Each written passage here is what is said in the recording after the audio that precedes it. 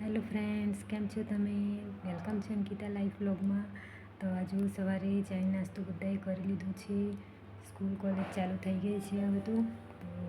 સવારમાં શિવાની પણ સ્કૂલે ચાલી ગઈ છે, આયુષ પણ ચાલ્યો ગયો છે. શિવાની જરા જલ્દી આવી જાય છે બપોરના, તો એ ફક્ત ચાયને નાસ્તો જ કરીને જાય છે અને પછી જમવાનું તો બપોરે જ ખાય છે, નથી ભાવતું એમ કહેતી છે.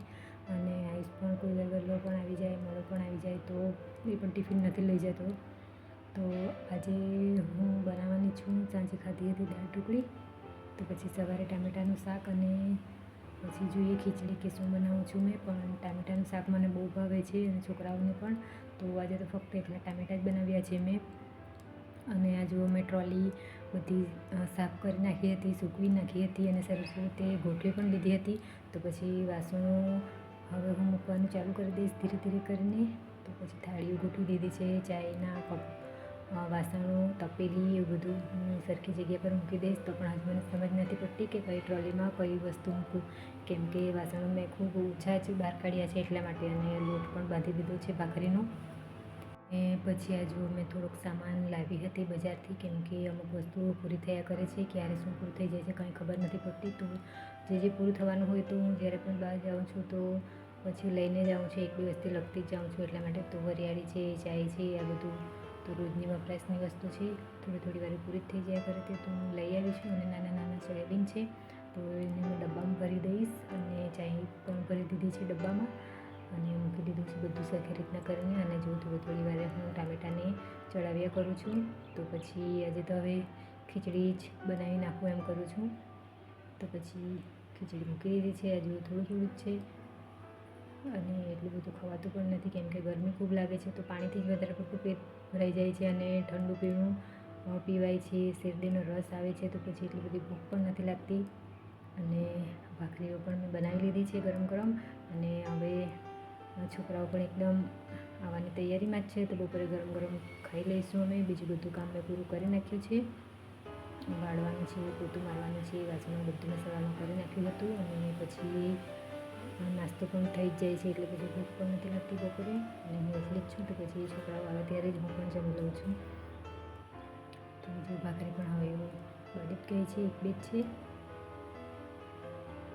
ફુલકા રોટલી બહુ ભાવે છે બધાને, તેલવાળી નથી પસંદ આવતી એમ પણ.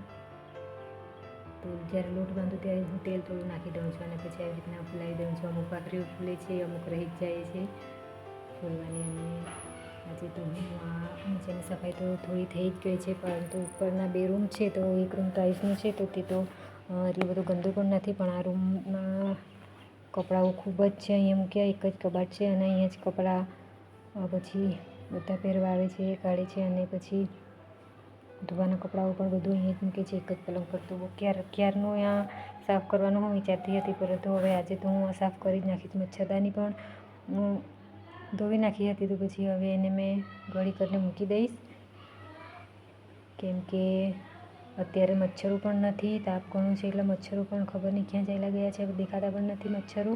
નહીં તો મચ્છરદાની બાંધવી જ પડે એમ હતી રોજની મારે. અને આજુબાજુના દિવાલ પાસે શિવાનીએ બધું લગાવ્યું છે કંઈ ને કંઈ. તો આ ચાદરો પણ હું લઈ આવી હતી, તો પછી હવે હું એને પહેલાં ધોવી નાખીશ અને પછી ઉપયોગમાં લઈશ, કેમ કે ત્યાં જે પણ જોવા આવે તે ગમે તે હાથથી પકડતા હોય, એટલે પછી એકવાર ધોઈ નાખીએ તો સારું, ને તો બહુ ખરાબ વાસ આવે છે પછી.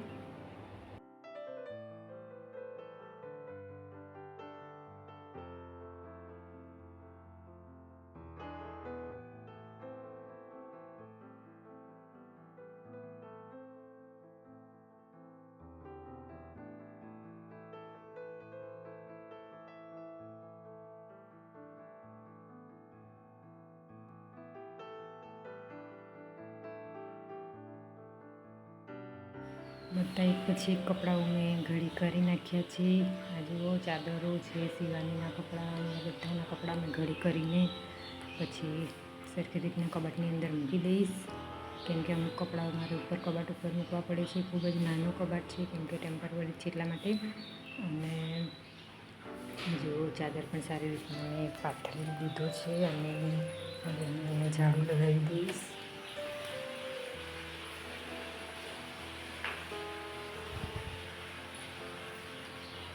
નાનો રૂમ છે એટલા માટે એટલું બધું પણ નથી વાળવાનું, ફક્ત ધૂળ જ આવે છે અહીંયા અને જે તે કચરો હોય તે જ, બાકી અહીંયા ઉપર કંઈ અને ગંદુ થતું નથી. એટલે સારી રીતના વાળી લઈશ અને પોતું મારવાનું પણ બાકી છે. ઘણા સમયથી મેં પોતું માર્યું હતું, પરંતુ હમણાં હજી ઘણા દિવસથી સફાઈ પણ નથી થઈ રહી મારાથી, કેમ કે નીચેનું કિચન જ સાફ કરતાં થઈ રહી છે. એટલા માટે તો જલ્દી હું સફાઈ કરી નાખીશ, પછી પોતું મારી નાખીશ, કેમ કે બહાર પવન બહુ આવે છે. તો પછી મેં શું કર્યું છે કે પાણી બહાર નાની અમથી બાલ્કની છે તો પાણી નાખી દઈશ એમ, અને પછી બધું ધૂળ જે છે તે પાણી પર આવી જશે, એટલે પાછું અંદર ઉડીને પણ નહીં જાય, તો મને સફાઈ કરવામાં સરળતા રહેશે. અને બધું ધૂળ આવી રીતના બહાર કાઢી નાખ્યું છે અને કસાટાથી ગાળી નાખીશ. પોતું પણ હું ફેરવી દઈશ. આઈ હોપ મારો વિડીયો પસંદ આવે તો લાઈક કરજો, સબસ્ક્રાઈબ કરજો. હજુ આવી રીતના પોતું પણ હું મારી દઈશ. નાનું અમથું છે એટલે જરા વારમાં પોતું મરાઈ જશે, કેમ કે આટલું કામ કરીને પછી હવે મારે પાછું વિલેજ પણ જવાનું છે, તો 1-2 કલાકમાં અમે વિલેજ નીકળીશું.